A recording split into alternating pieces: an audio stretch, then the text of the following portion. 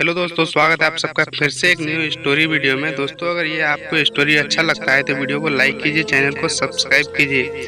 तो चलिए हम स्टोरी को स्टार्ट करते हैं। बहुत समय पहले की बात है। सुदूर दक्षिण में किसी प्रतापी राजा का राज्य था। राजा के 3 पुत्र थे। एक दिन राजा के मन में आया कि पुत्रों को कुछ ऐसी शिक्षा दी जाए कि समय आने पर वो राजकाज संभाल सके।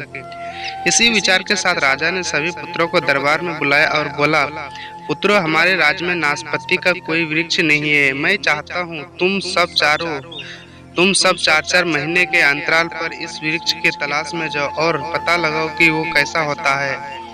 राजा की आज्ञा पाकर तीनों पुत्र बारी बारी से गए और वापस लौट आए।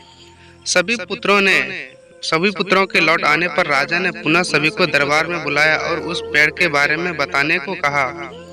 पहला पुत्र बोला, पिताजी, वह पेड़ तो बिल्कुल टेढ़ा मेढ़ा और सूखा हुआ था। दूसरे पुत्र ने पहले को बीच में ही रोकते हुए कहा, नहीं नहीं, वो तो बिल्कुल हरा भरा था, लेकिन शायद उसमें कुछ कमी थी क्योंकि उस पर एक भी फल नहीं लगा था। फिर तीसरा पुत्र बोला, भैया, लगता है आप भी कोई गलत पेड़ देख आए हो, क्योंकि मैंने सचमुच नाशपाती का पेड़ देखा है। वो बहुत ही शानदार और फलों से लदा हुआ था। और तीनों पुत्र अपनी अपनी बातों को लेकर आपस में विवाद करने लगे कि तभी राजा अपने सिंहासन से उठे और बोले, पुत्रों, तुम्हें आपस में बहस करने की कोई आवश्यकता नहीं है।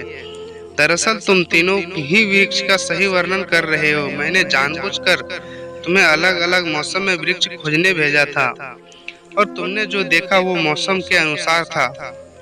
मैं चाहता हूँ कि इस अनुभव के आधार पर तुम 3 बातों का गांठ बांध लो।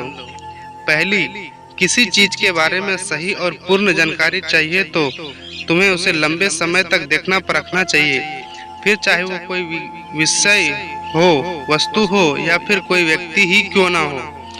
दूसरी, हर मौसम एक सा नहीं होता। जिस प्रकार वृक्ष मौसम के अनुसार सूखता, हरा भरा या फलों से लदा रहता है, उसी प्रकार मनुष्य के जीवन में भी उतार चढ़ाव आते रहते हैं। अतः अगर तुम कभी भी बुरे दौर से गुजर रहे हो तो अपनी हिम्मत और धैर्य बनाए रखो, समय अवश्य बदलता है।